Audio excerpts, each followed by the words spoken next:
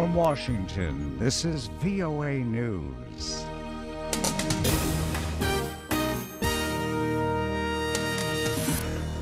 President Obama to outline new military offensive against Islamic State.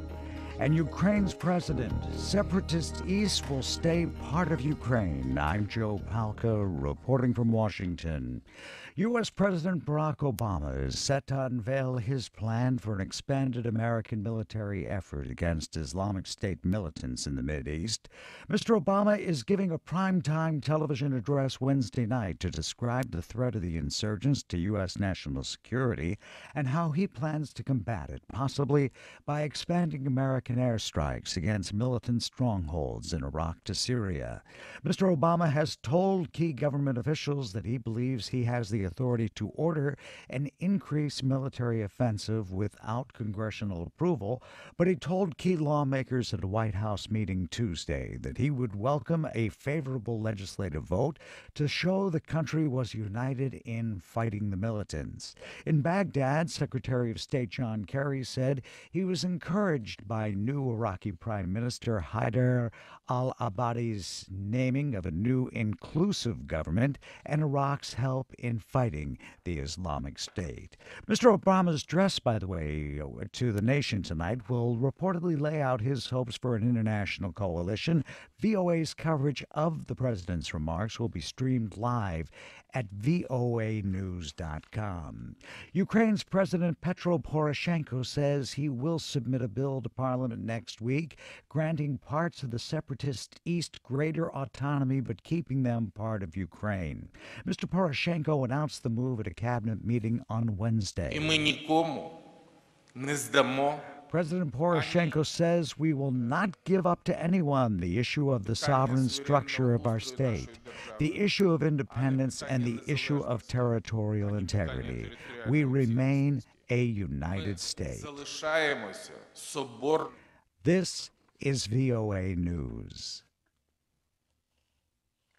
The International Committee of the Red Cross warns hundreds of thousands of people in South Sudan are facing starvation and are in urgent need of international assistance to survive.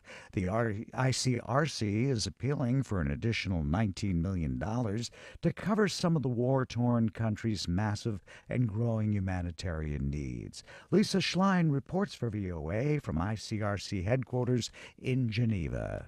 South Sudan has largely faded from the international headlines, but for the International Committee of the Red Cross, there is nothing silent about the tragedies affecting the estimated 1.2 million internally displaced people who have taken refuge in neighboring countries.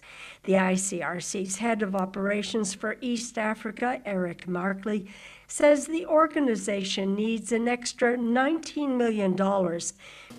We have forecasted that they will not be able to be self-sustainable in the months to come. And its staff is visiting nearly 4,000 detainees. Lisa Schlein for VOA News, Geneva. The UN Children's Fund reports nearly 250,000 children are suffering severe acute malnutrition.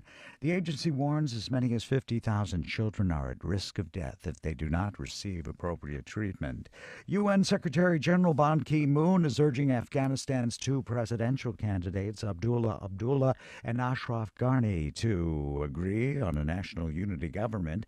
In a statement Wednesday, Mr. Ban appealed to the two rivals to reach the agreement in accordance with commitments they made 2 months ago. Mr. Ban said this is a pivotal moment for Afghanistan and that a genuine partnership is required to address Afghanistan's many challenges. Japan's nuclear regulator has given final approval to restart 2 reactors that shut down following the Fukushima nuclear meltdown 3 years ago. The Nuclear Regulatory Authority said Wednesday that the Sendai power plant in southwestern Japan could reopen, although local approval is still needed. Pakistan's military says its warplanes struck 3 hideouts at a Taliban stronghold near the Afghan border, killing 65 5 suspected militants. Officials say the airstrikes early Wednesday targeted militant hideouts in the North Waziristan tribal region, where the military has been conducting a major offensive in recent months. According to an official statement, the military first carried out airstrikes in the Data Kel region, killing 35. Hours later, it targeted a village in the Shawal Valley, killing 30. The area is off limits to journalists, making it impossible to independently confirm these military figures. China is sending hundreds of troops to join the UN peacekeeping force in war-torn South Sudan, where Chinese companies have major oil interests. Comments from China's foreign ministry on Tuesday followed a report in the Wall Street Journal that said China was deploying troops to protect South Sudanese oil fields. From VOA, this is Joe Palca. That's the latest world news from VOA.